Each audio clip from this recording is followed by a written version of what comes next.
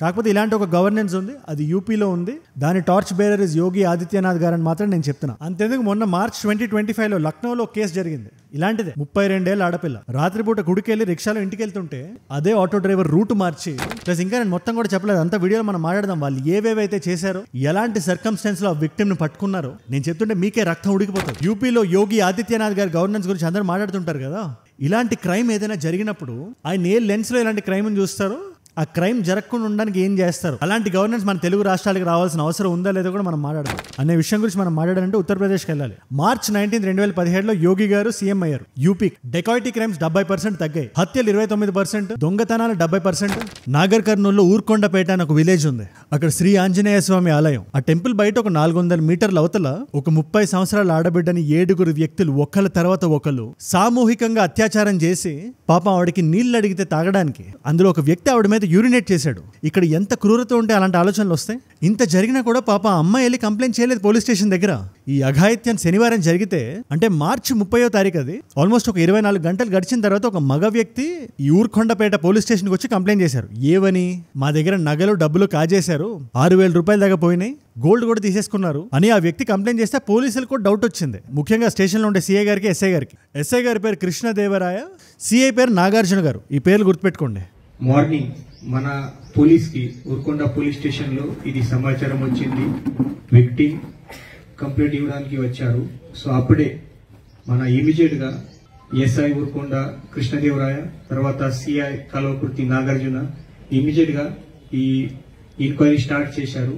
ఎందుకంటే వీళ్ళ సమయస్ఫూర్తి ఏదైతే ఉందో నిజం బయటికి రావడానికి కేసు ఆ 7 మీద రిజిస్టర్ అవడానికి హెల్ప్ అయింది. వాళ్ళకి ఒకటే డౌట్ వచ్చింది, 2 వ్యక్తులు ఉండి మగ ఆడ, వాళ్ళిద్దరు బంధువులు, అర్ధరాత్రి పూట 7 మంది వచ్చి నగలు డబ్బులు మాత్రం కొట్టేసి వెళ్ళిపోతారా అనే డౌట్ తో ఇన్వెస్టిగేషన్ స్టార్ట్ చేసి ఆ చుట్టుపక్కల పరిసరాల్లో ఉండే సీసీటీవీ ఫుటేజ్ కూడా మొత్తం చూసిన తర్వాత అసలు మ్యాటర్ బయటపడింది. ఈ 7 మందిలో 6 న్యాప్ చేసి కస్టడీలోకి తీసుకున్నారు. సాదిక్ బాబా వయసు 28, 21 సంవత్సరాల మణికంఠ, 20 సంవత్సరాల కార్తిక్, 23 సంవత్సరాల హరీష్ గౌడ్, వీళ్ళు కాకుండా మర్పాకల ఆంజనేయులు, మట్ట ఆంజనేయులు అనే 2 వ్యక్తులు. వాళ్ళు ఏం చేశారో, వాళ్ళ మోడస్ ఆపరెండి ఏంటో ఈ వీడియోలో నేను ఎక్స్ప్లెయిన్ చేస్తా క్లియర్ గా. బట్ ఇక్కడ మీరు అర్థం చేసుకోవాల్సిన విషయం ఏంటంటే, వన్స్ ఇన్వెస్టిగేషన్ స్టార్ట్ అయిన తర్వాత ఈ 6 వ్యక్తులే కాదు, ఇంకో 7వ వాడు కూడా ఉన్నాడని చెప్పి ఈ 7 తీసుకొని ఇన్వెస్టిగేషన్ ఆన్ లో ఉంది. వీళ్ళ మీద భారతీయ న్యాయ సంహిత ప్రకారంగా అత్యాచారం case which is section 70, dacoity case section 310, ఇవి కాకుండా సెక్షన్ 351 అని ఇంకో సెక్షన్ వేశారు. ఇది ఎందుకు వేశారు, మీరు కానీ నిజాన్ని బయటకు చెప్తే మీ పరువు పోవడంతో పాటు మీ జీవితాన్ని కూడా నరకం చేస్తామని చెప్పి బ్లాక్మెయిల్ చేశాడంట అందులో ఒక వ్యక్తి. దీనికి సంబంధించి మాట్లాడుతూ ఐజీ గారు ఒక్కటే మాట అంటున్నారు, ఆయన పేరు సత్యనారాయణ గారు, మేము ఈ కేసుని ఫాస్ట్ ట్రాక్ కోర్టు మెట్లు ఎక్కించి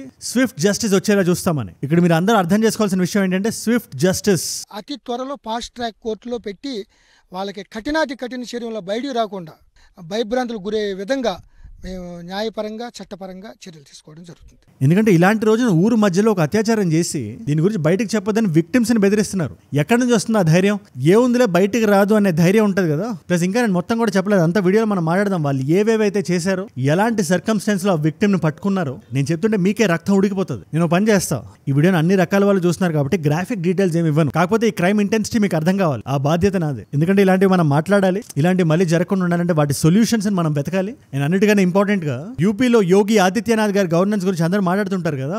ఇలాంటి క్రైమ్ ఏదైనా జరిగినప్పుడు ఆయన ఏ లెన్స్ లో ఇలాంటి క్రైమ్ చూస్తారో, ఆ క్రైమ్ జరగకుండా ఉండడానికి ఏం చేస్తారు, అలాంటి గవర్నెన్స్ మన తెలుగు రాష్ట్రాలకు రావాల్సిన అవసరం ఉందా లేదో కూడా మనం మాట్లాడదాం. అండ్ ఇలాంటి ఇంపార్టెంట్ టాపిక్, ఒక బర్నింగ్ టాపిక్ నా సైడ్ నుంచి రోజుకి ఒకటి వస్తుంది. మీరు అందరూ చూస్తున్నారు, ఆదరిస్తున్నారు, బట్ ఇలాంటి టాపిక్ మాత్రం మొత్తం రీచ్ అవ్వాలి. దానికి మీరు చేయగలిగింది ఒకటే, కింద కనబడే సబ్స్క్రైబ్ బటన్ నొక్కి పెట్టుకోండి. అండ్ ఇలాంటి ప్రతి ఘటన మీద రియాక్ట్ అవ్వండి. మీ ఒపీనియన్స్ ని కింద కామెంట్స్ లో రాయండి. పొలిటీషియన్స్ ని, బ్యూరోక్రాట్స్ ని రేపు పొద్దున ఓట్ అడగడానికి ఎవరైనా రాజకీయ నేత మన ఇంటికి వచ్చినా, అతను ఏ పార్టీకి సంబంధించిన వ్యక్తి అయినా అవనివ్వండి, లేదా మనం బ్యూరోక్రాట్స్ అకౌంటబిలిటీని క్వశ్చన్ చేయాలన్నా ఈ విషయాలు మనకి తెలియాలి. అండ్ నేను ఇలాంటి వీడియోస్ పెట్టగానే మీ దగ్గర రావాలంటే మీరు చేయగలిగింది అదే, సబ్స్క్రైబ్ బటన్ నొక్కి పెట్టుకోవడం. నొక్కారుగా, డన్ స్వామి. స్ట్రైట్ గా ఫస్ట్ పాయింట్ నుంచి మాట్లాడుకుంటూ వచ్చేద్దాం. నాగర్ కర్నూలులో శ్రీ ఆంజనేయ స్వామి టెంపుల్ అంటే చాలా ఫేమస్ అది. ఇన్ఫాక్ట్ నేను కూడా ఖచ్చితంగా ఈ సంవత్సరం అంజనాద్రి వెళ్ళాలి, హంపి. తర్వాత కొండగట్టులో ఉన్న కరీంనగర్ ఆంజనేయ స్వామి ఆలయానికి, ఈ నాగర్ కర్నూలు శ్రీ ఆంజనేయ ఆలయానికి వద్దాం అనుకుంటున్నాం. అండ్ ఈ పర్టికులర్ టెంపుల్ లో ఒక ఆచారం ఉంది, ఉగాది రోజు మంచిగా మొదలవ్వాలని రాత్రంతా భజన చేసి ఆంజనేయ స్వామిని స్మరించుకుంటూ పొద్దున్నే దర్శనం చేసుకుంటే సంవత్సరం అంతా బాగా జరుగుతుందని. ఇది ఎన్నో సంవత్సరాలుగా వస్తున్న ఆచారం ఇది. దాంట్లో భాగంగానే ప్లస్ ఆంజనేయ భక్తులందరికీ తెలుసు మంగళవారం, శనివారం ఎంత రష్ గా ఉంటుందో. అది శనివారం కావడంతో ఆ రాత్రి అక్కడ ఉండడానికి చాలా మంది వచ్చారు. అండ్ యాజ్ యూజువల్ గా భజనలు అవి మొదలయ్యాయి. అందులో వచ్చిన ఒక 30 సంవత్సరాల వ్యక్తే విక్టిమ్. పేట ఆంజనేయ స్వామి టెంపుల్లో చాలా ఏళ్లుగా సంప్రదాయబద్ధంగా జరుగుతున్న అఖండ భజన అంటే రాత్రంతా శనివారం జాగారం చేసి ఉదయం భక్తులు హారతి తీసుకుని వెళ్తారు. అదే సమయంలో కొంతమంది రావడం జరిగింది. దాంట్లో ఒక వివాహిత మహిళ, ఆవిడ ఆల్రెడీ మ్యారీడ్, కాకపోతే వచ్చింది మాత్రం ఒక బంధువుతో. టైం అరౌండ్ 10-10:30 PM అవుతుంది. వీళ్ళిద్దరూ కలిసి బ్యాక్ డోర్ గుండా బయటికి రావడం మొదలు పెట్టారు. నేను ఇది జడ్జ్ చేయడానికి చెప్పట్లేదు, ఫ్యాక్ట్స్ మాత్రం స్టేట్ చేస్తున్నా. ఈ క్రైమ్ ఏదైతే ఉందో దానికి పర్టికులర్ ఇన్సిడెంట్ చాలా ఇంపార్టెంట్. ఇన్ఫాక్ట్ వాళ్ళు బయటకు వెళ్ళడానికి ఏ రీజన్ అయినా ఉండొచ్చు. ఎక్కువసేపు కూర్చున్నారు కదా, కాసేపు నడుద్దాం అనుకుని ఉంటారు, లేదా బాత్రూమ్ గట్రా కూడా బయటకు వచ్చే అవకాశాలు ఉన్నాయి. దేన్ని మనం డిస్కార్డ్ చేయకూడదు. కాకపోతే బయట ఈ ఊళ్ళలో వంటలు చేసేవాళ్ళు, ఈ ఆటోలు అది నడుపుకునే వాళ్ళు ఒక గ్రూప్ లో ఫామ్ అయ్యారు. వాళ్ళ మోడస్ ఆపరేండి ఏంటి అండ్ ఈవిడ ఈ విక్టిమ్ ఎవరైతే ఉన్నారో ఈవిడ బయటకు వచ్చారు, ఒక 1/2 కిలోమీటర్ నడిచారు కూడా. అక్కడ పెద్ద చెట్టు ఉంది. ఇది నేను ఎందుకు చెప్తున్నానంటే అందరూ కన్ఫ్యూజ్ అవుతున్నారు. గుడి ప్రిమైసెస్ లోనే ఇన్సిడెంట్ జరిగిందని చాలా మంది కన్ఫ్యూజ్ అవుతున్నారు. బట్ ఆల్మోస్ట్ ఒక 1/2 కిలోమీటర్ బయట అది. ప్లస్ బయట ఎటువంటి దారుణం జరుగుతున్నా ఈ భజన సౌండ్ ఏదైతే ఉంటుందో ఆ సౌండ్లలో ఈ సౌండ్లు వినబడడానికి ఆస్కారం లేదు, పైగా అంత దూరం. ఎనీవేస్, ఈ అసాల్ట్ చేసిన వాళ్ళ దగ్గర మనం వస్తే వాళ్ళ మోడస్ ఆపరెండి ఎలా ఉంటది? ఎవరైనా మైనర్ అమ్మాయిలు గానీ ఆ ఓపెన్ ఏరియా ఏదైతే ఉందో ఒక అబ్బాయిని అమ్మాయిని వాళ్ళు చూస్తే బ్లాక్ మెయిల్ అది చేసి డబ్బులు గుంజడం, వాళ్ళని బెదిరించడం, ఏదైనా నగలు గోల్డ్ వేసుకుంటే దాన్ని దొంగిలించడం. ఇంకా పోలీస్ ఇన్వెస్టిగేషన్ జరుగుతుంది కానీ ఈ పర్టికులర్ ఇన్సిడెంట్ తో జరిగిన అదే తీవ్రతతో ఆల్రెడీ చేశారో లేదో ఇంకా పోలీసులు కనుక్కోవాల్సి ఉంది. సో అలాంటి వాళ్ళకి వీళ్ళిద్దరు కనబడ్డారు. ఫస్ట్ 2-3 ఉన్న వాళ్ళు ఫోన్లు చేసి మిగతా వాళ్ళందరినీ రప్పించారు. ఇక్కడ మీరు కొంచెం జాగ్రత్తగా వినండి. వాళ్ళిద్దరిని ఏమని బెదిరించారు?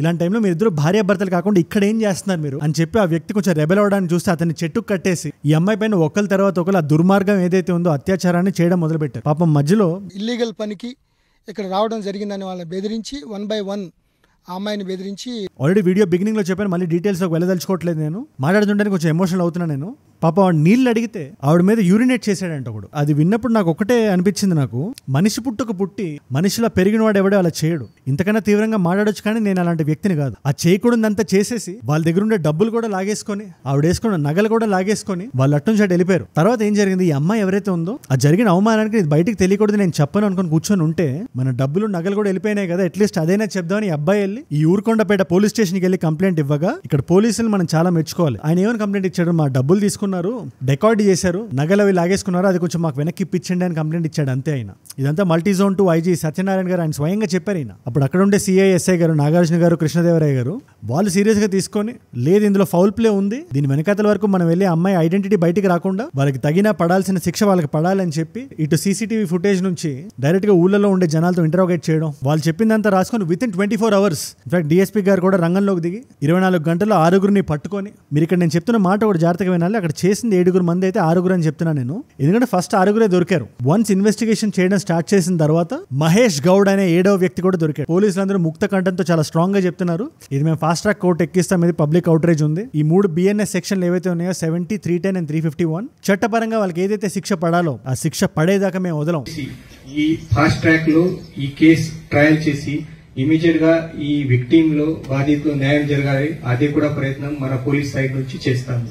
ప్లస్ ఇదే కాకుండా ఇంకో విషయం ఉంటుంది, వీళ్ళని రాక్షసుల్లాగా జంతువుల్లా చేశారని కూడా మనం అనలేం. ఆ జంతువులు కూడా ఫీల్ అవుతాయి. నీళ్ళు అడిగితే ఉచ్చపోయడం అంటే మొహం పగలగొట్టేవాడు లేక జంతువులు రాక్షసులు చేస్తారు అలాంటివి. ఒక మనిషికి ఇవ్వాల్సిన డిగ్నిటీ ఇవ్వకపోతే ఎలా మీరు? అండ్ క్రిమినల్ సైకిల్లోకి మనం దూరి చూసినా కూడా సొసైటీలో ఒక డామినెన్స్ చూపించాలి, ఆడపిల్లల పట్ల మన ఆధిపత్యం చలాయించాలి. ఇది ఎక్కడి నుంచి వస్తుంది థాట్? వాళ్ళకి లైఫ్ లో ఏదో మిస్ అవుతుంది, అది తీర్చుకోవడానికి ఒక అవుట్లెట్ లా చూస్తారని చెప్పి సైకాలజిస్టులు చెప్తున్నారు. కాబట్టి ఉచ్చపోసి డామినెన్స్ చూపిస్తారా? అందుకే నాకు ఫస్ట్ గుర్తొచ్చింది Yogi Adityanath model of governance. దాని గురించి మనం మాట్లాడదాం. తర్వాత గుంపులుగా ఇలాంటి దుర్మార్గాన్ని చేసేటప్పుడు సైకలాజికల్ మనం చేసేది అంత పెద్ద తప్పు కాదే అనిపిస్తుంది అంట. అందుకనేమో బహుశా BNS సెక్షన్ ప్రకారం అత్యాచారం కన్నా సామూహిక అత్యాచారానికి ఎక్కువ శిక్ష ఉంటుంది. మీరు BNS 63 చూడండి, 10 years నుంచి లైఫ్ ఇంప్రిజన్మెంట్ వరకు ఉంటుంది. ఇప్పుడు రేరెస్ట్ ఆఫ్ ద రేర్ అయితే తప్పితే క్యాపిటల్ పనిష్మెంట్ ఉండదు. ఏమో మరి కోల్కతా కేసును కూడా RG కౌర్ గురించి మనందరం వినే ఉంటాం కదా, అది కూడా రేరెస్ట్ ఆఫ్ ద రేర్ కాదని ఆ సంజయ్ అనే వ్యక్తికి లైఫ్ ఇచ్చారు. అదే సెక్షన్ 70 అయితే విచ్ ఇస్ సామూహిక అత్యాచారం, మినిమం 20 సంవత్సరాలు ఉంటుంది. అండ్ ఇలాంటి కేసులు వినేటప్పుడు నాకు ఒకటే అనిపిస్తుంటది, పనిష్మెంట్ డ్యూరేషన్ మనం క్వాంటిఫై చేస్తే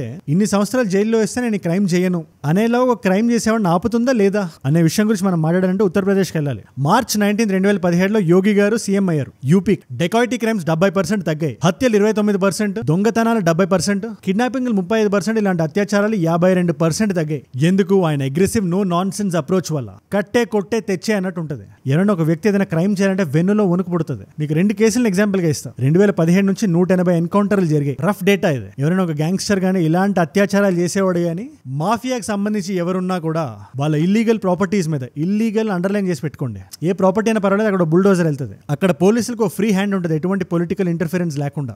అన్యాయం జరగకూడదు అనే 1 పాయింట్ ఎజెండాతో ఉంటుంది. టెక్నాలజీని కూడా వాళ్ళు చాలా బాగా వాడుకుంటారు. Data tracking, forensic labs, CCTV tracking మొత్తం ఆన్ పాయింట్ ఉంటుంది. ఉమెన్ సేఫ్టీ కోసం యాంటీ రోమియో స్క్వాడ్స్ అని ఆడపిల్లల్ని రోడ్డు మీద ఎవడైనా ఈవ్ టీజింగ్ చేస్తే చెప్తున్నాను కదా, చేస్తే కాదు చేయాలనే ఆలోచన వచ్చినా కూడా వెన్నులో వణుకు పుడుతుంది. వీటి లీగాలిటీ గురించి నేను మాట్లాడలేదు, ఇలాగే జరగాలని కూడా నేను చెప్పట్లేదు. కాకపోతే ఇలాంటి ఒక గవర్నెన్స్ ఉంది, అది యూపీలో ఉంది. దాని torch bearer is Yogi Adityanath గారు అని మాత్రం నేను చెప్తున్నా. అంతేందుకు మొన్న మార్చ్ 2025లో లక్నోలో కేసు జరిగింది ఇలాంటిదే. 32 ఏళ్ళ ఆడపిల్ల రాత్రిపూట గుడికెళ్ళి రిక్షాలో ఇంటికి వెళ్తుంటే అదే ఆటో డ్రైవర్ రూట్ మార్చి ఎవరు లేని లొకేషన్ పట్టుకెళ్ళి తన ఫ్రెండ్స్ ని పిలిచి, ఇక్కడ నాగర్ కర్నూల్లో ఏం జరిగిందో ఇంచుమించు అలాంటిది జరిగింది. తర్వాత కేసు రిజిస్టర్ అయ్యి పోలీసులు పట్టుకోవడానికి వెళ్తే పాపం వాళ్ళకి తెలియక ఒక గన్ పట్టుకొని పాపం కాల్చడానికి చూశారు. పోలీసులు సెల్ఫ్ డిఫెన్స్ కి తిరిగి కాల్పులు జరిపి అక్కడ ఎవరెవరైతే ఉన్నారో అందరినీ ఎన్కౌంటర్స్ లో లేపేశారు. మథుర హైవే కేసు అయితే 65 year old లేడీ ఆవిడ 65. మీరు మనుషుల్ని మృగాలతో కూడా కంపేర్ చేయడం మానేయండి, మృగాలు హట్ అవుతాయి. పోలీసులు పట్టుకుంటున్నప్పుడు క్రైమ్ చేసినోడికి దెబ్బలు తగిలి హాస్పిటల్లో కూర్చుంటే పాప ఆయనకు కూడా తెలియకుండా హాస్పిటల్ నుంచి తప్పించుకుందాం చూశాడు. లా తెలిస్తే ఇలాంటి ఎందుకు చేస్తాడు?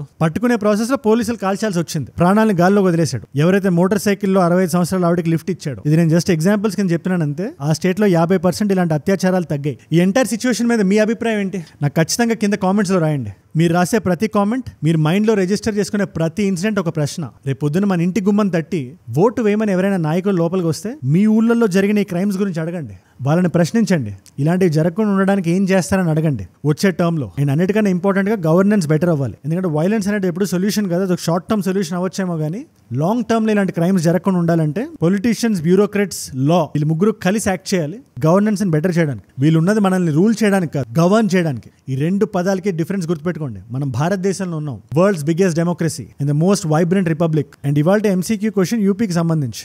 యోగి ఆదిత్యనాథ్ కుర్చీ ఎక్కిన తర్వాత ఇప్పటిదాకా ఏ సంవత్సరంలో హైయెస్ట్ ఎన్కౌంటర్స్ రికార్డ్ అయ్యాయి? Option A 2017, B 2020, C 2018, D 2022. మీకు ఆన్సర్ తెలిస్తే కింద కామెంట్స్ లో రాయండి. నేను నా ఇన్స్టాగ్రామ్ లో పెట్టేస్తాను. ఇన్స్టాగ్రామ్ అంటే గుర్తొచ్చింది, ఇలాంటి వీడియో ఐడియా టాపిక్స్ నాకు వచ్చి మీరే ఇస్తున్నారు. ఇది 5 రోజులు అయింది నాగర్ కర్నూల్ ఇన్సిడెంట్ జరిగి, మీ నుంచే నాకు తెలిసింది. అలా మీరు ఏదైనా టాపిక్ నాకు ఇద్దాం అనుకుంటే Instagram is a great place. Ajay from ఏజూడ్ అని ఉంటుంది, 1+ million ఫాలోవర్స్ ఉంటారు. ఈజీగా నన్ను స్పాట్ చేయొచ్చు. వచ్చేసేయండి, రండి అక్కడికి. అక్కడ ఇలాంటి వీడియోస్ ని రీల్స్ లా కూడా చూడొచ్చు. Come let's connect there. And మీరు ఇక్కడ దాకా నా వీడియోలో వచ్చారంటే సోషల్ ఇష్యూస్ కి సంబంధించి మీరు చాలా సీరియస్ గా ఉన్నారు. అండ్ క్వశ్చన్సే కదా, ఆన్సర్స్ కూడా తెలుసుకుందాం అనే ఒక మైండ్ సెట్ తో ఉన్నారు. Thank you so much for that. మనకి ది బెస్ట్ కమ్యూనిటీ ఉంది. రైట్ క్వశ్చన్స్ అడుగుతున్నారు మీరు, రైట్ కామెంట్స్ రాస్తున్నారు మీరు. మీరు ఏదైతే వాచ్ టైం, మీరు అటెన్షన్ ఇస్తున్నారో వీడియోస్ కి, నన్ను ఇంకా బలంగా పనిచేయడానికి, బలంగా మాట్లాడడానికి, సొల్యూషన్ బేస్డ్ అప్రోచ్ ఉంచడానికి నన్ను ప్రేరేపిస్తుంది, ముందుకు వస్తుంది.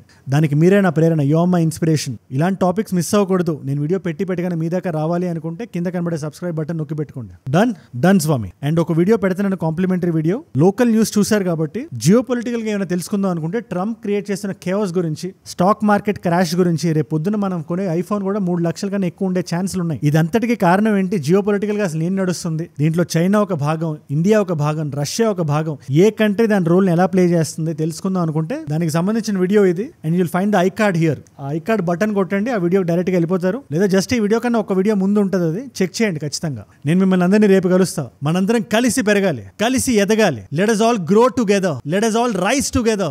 Rise above tolerance to crime. Rise above arrogance. Rise above hate. ఏజూడ్ అంటే మనం. జై హింద్, జై భారత్, జై ఆంజనేయ, ఓం నమః శివాయ.